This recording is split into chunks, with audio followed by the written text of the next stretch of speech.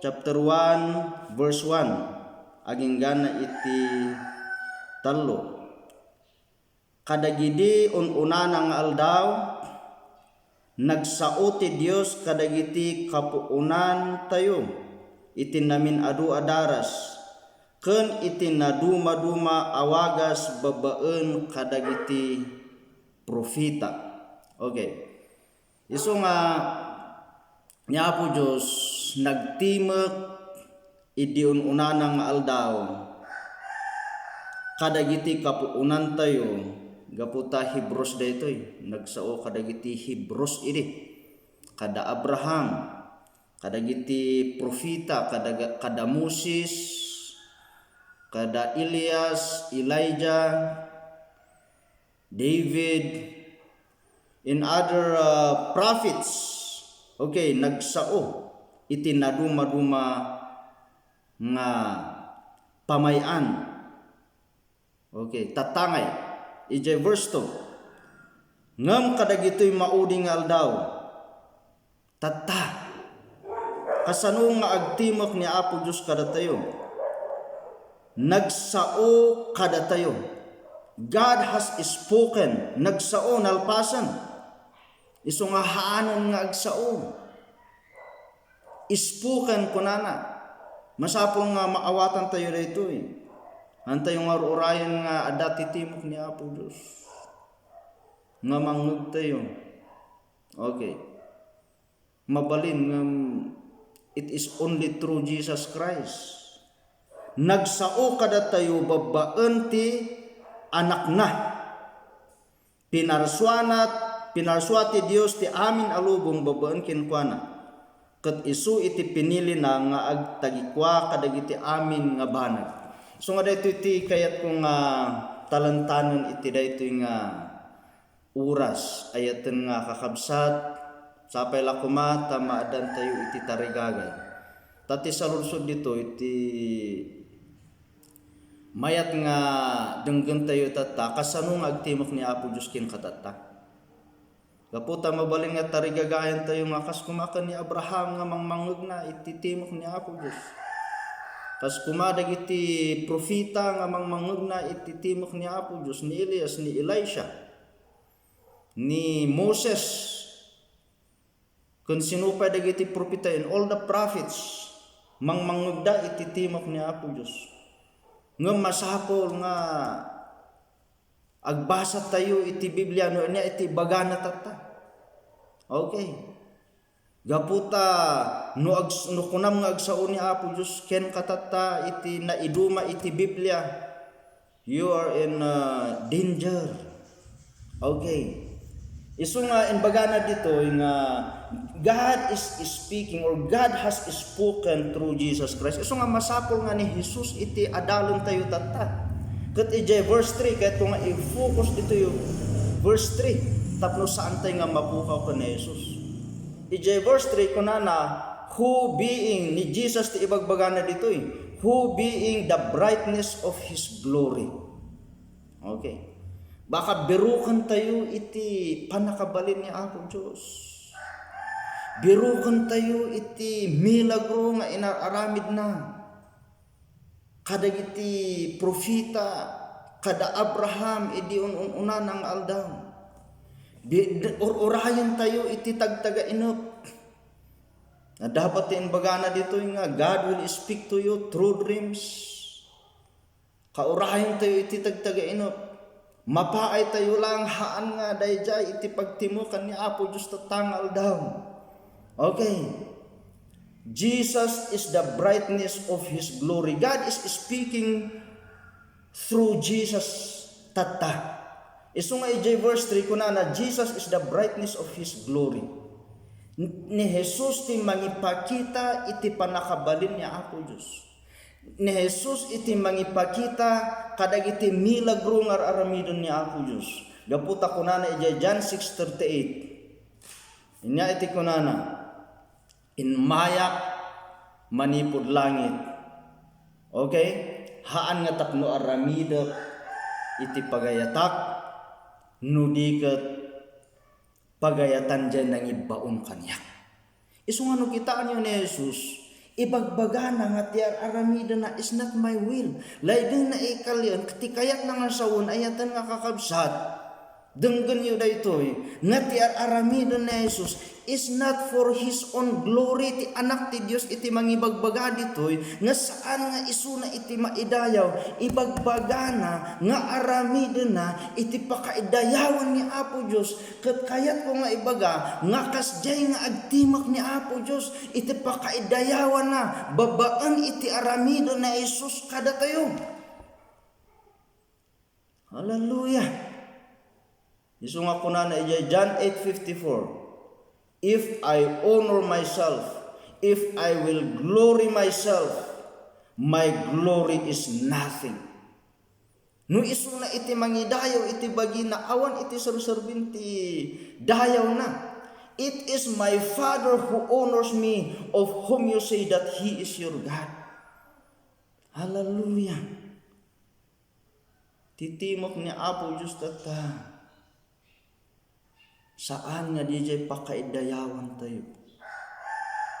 Amoy tilubong ni Satanas. I will give you all the kingdoms. Kunana ko na Jesus. Kingdoms of this world if you worship me. No agdaydayaw ka kanyak. Kitaan niya ni Satanas. Ni Satanas is the author iti panunot nga isuna itjay baginat maidaydayaw. Ket iti lubong amuyo ayatan nga kakabsat. Tikayat iti lubong, tikayat iti tao no adda ti aramidon da maidayaw da. That is dangerous. That is the word from hell. Amen. Ngano tarigagayam na sika iti maidayaw. Oh, that is from Satan. That is true. Ni Jesus to pa ibagbaga na nga ti aramidon lahan nga siya ti maidayaw. Kasta ti panagsaon ni Apo Diyos tata. Isu nga kunana, Jesus is the express image of His person. Na Jesus iti mangipakpakita iti kina Dios ni Apo Diyos.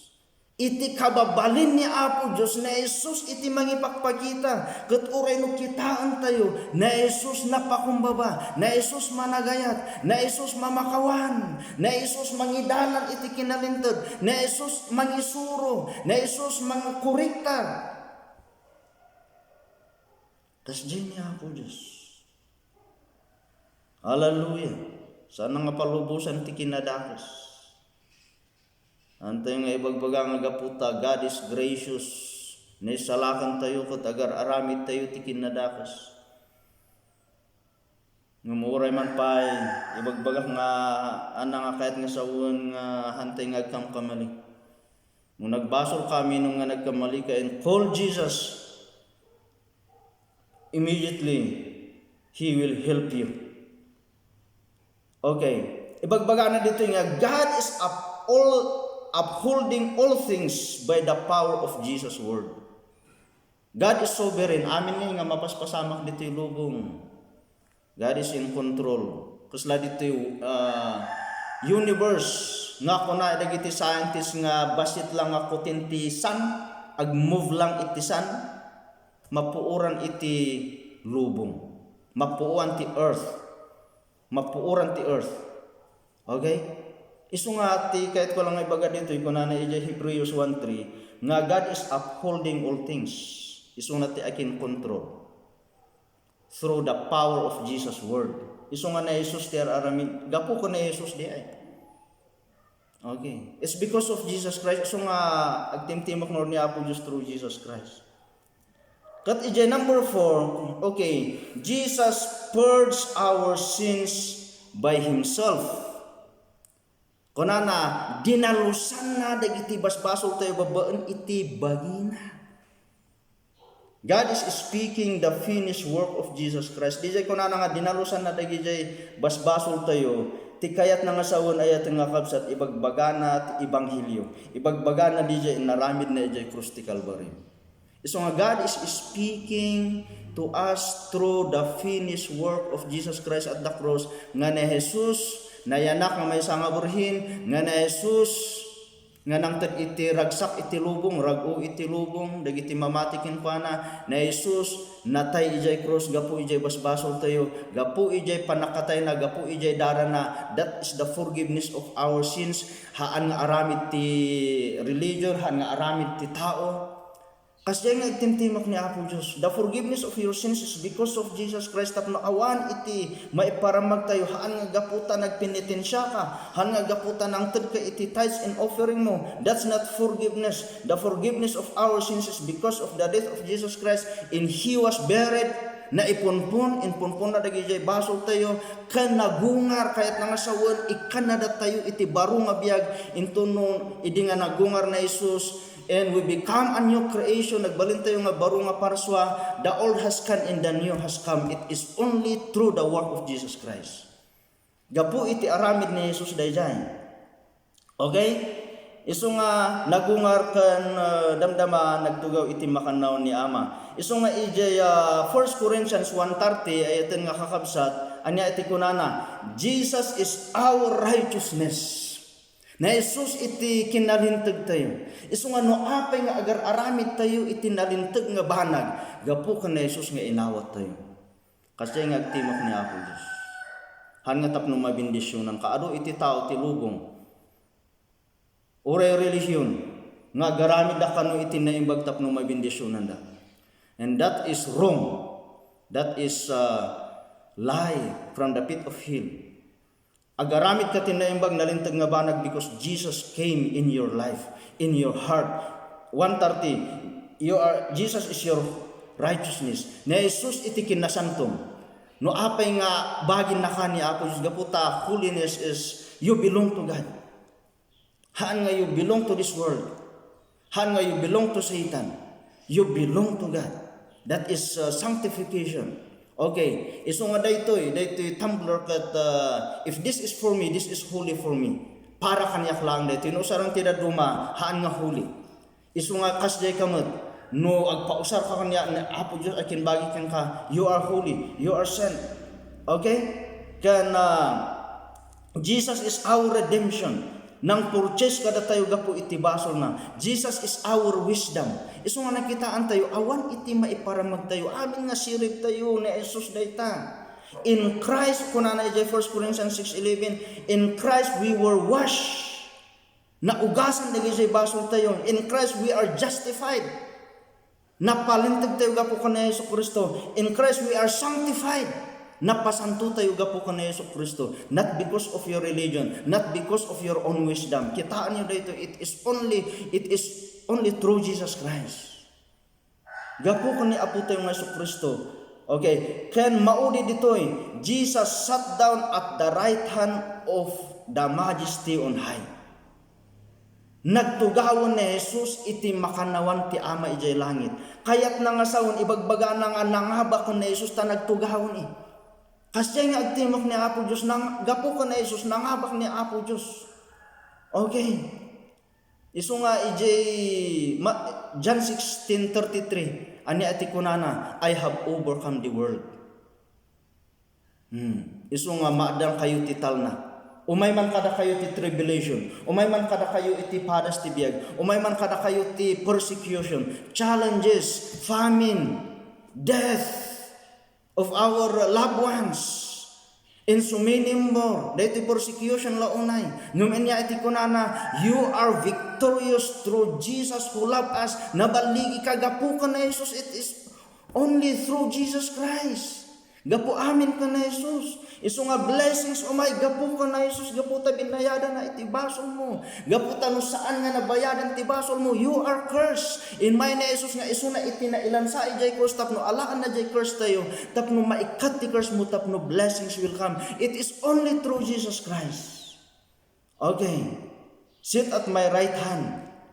Kunana. Ang aging gana nga ibadok mo iti kalaban mo.